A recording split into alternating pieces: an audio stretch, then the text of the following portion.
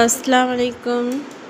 இன்னைக்கு இஃப்தாருக்கு சூப்பரான டேஸ்டியான பிள்ளைங்களுக்கு ரொம்ப பிடிச்ச பாக்கெட் ஃபில்லிங் சவர்மா எப்படி செஞ்சேன்னு பார்த்துடலாமா?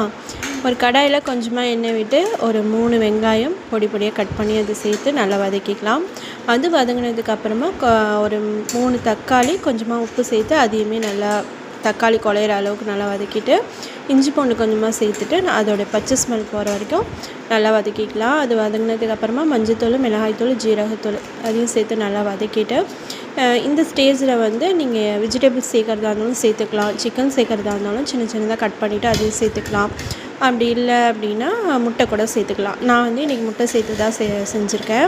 3 முட்டை ஊற்றிட்டு அதில் கொஞ்சமாக உப்பு சேர்த்து நல்லா மிக்ஸ் பண்ணிவிட்டு அப்புறமா வந்து எல்லாத்தையுமே ஒன்று பட நல்லா மிக்ஸ் பண்ணிவிட்டு நல்லா அந்த இது வந்து உதிரியாக வரணும்.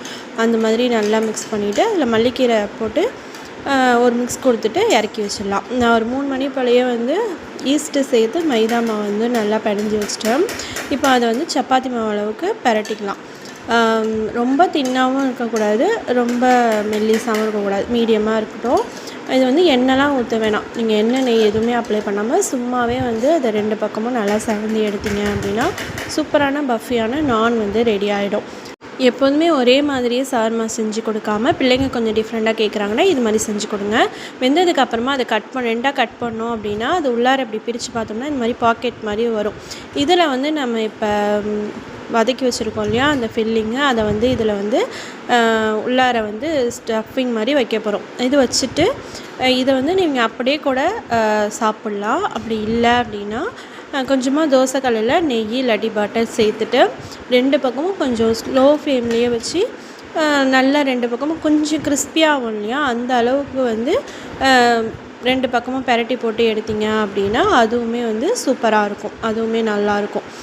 பிள்ளைங்களுக்கு கொடுத்து பாருங்கள், விரும்பி சாப்பிடுவாங்க. ரொம்ப டேஸ்டியாக இருந்துச்சு, பிள்ளைங்க ரொம்ப விரும்பி சாப்பிட்டாங்க.